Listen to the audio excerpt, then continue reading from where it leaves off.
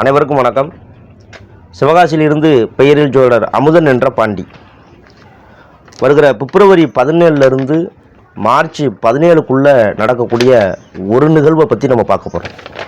அது என்ன ஒரு நிகழ்வு அப்படின்னு சொன்னால், புயலால் ஏற்படக்கூடிய மழை, அதனால் ஏற்படக்கூடிய பாதிப்பு.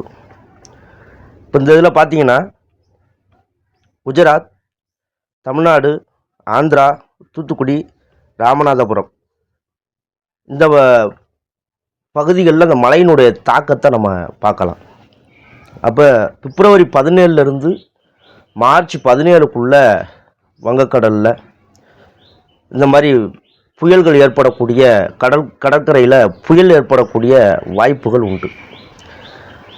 அதே மாதிரி பார்த்திங்கன்னா, அதாவது தமிழ்நாடு, ஆந்திரா, ராமநாதபுரம், தூத்துக்குடி, அதே மாதிரி சென்னை, திருவள்ளூர், மயிலாடுதுறை, செங்கல்பட்டு, காஞ்சிபுரம், சேலம், நாகப்பட்டினம் இந்த பகுதிகளிலும் மழையினுடைய தாக்கங்களை நம்ம பார்க்கலாம்.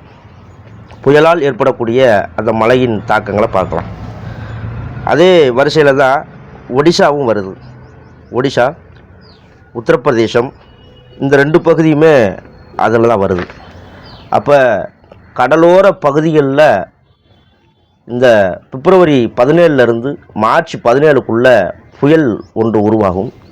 அந்த புயல் நம்ம முதல்ல குறிப்பிட்டபடி குஜராத், தமிழ்நாடு, ஆந்திரா, தூத்துக்குடி, ராமநாதபுரம், கர்நாடகா இந்த பகுதிகளிலும், அதே போல்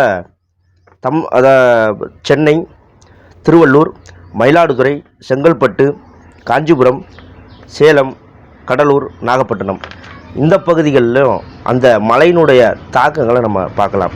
இந்த மழையினால் சேதங்கள் எது ஏற்படுமா, இந்த புயலினால் சேதங்கள் எது ஏற்படுமா அப்படின்னா, பெரிய அளவில் ஏற்படாது, உயிர் சேதங்கள் இருக்காது அப்படிங்கிறது நம்ம பார்க்கலாம். அதே மாதிரி பொருட்சேதங்களும் அதிக அளவில் இருக்காது.